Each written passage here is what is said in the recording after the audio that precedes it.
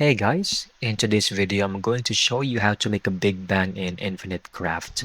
So let's begin. So just follow me here, okay? So going to select fire and fire.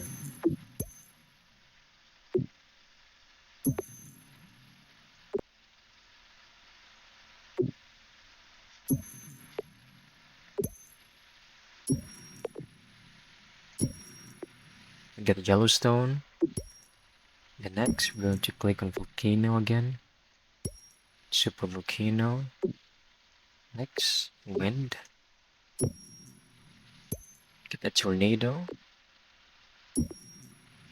And then we have supernova. Okay?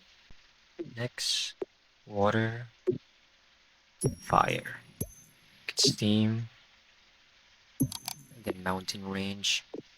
Get train, and then boom, you get Big Bang. Big Bang. That's it.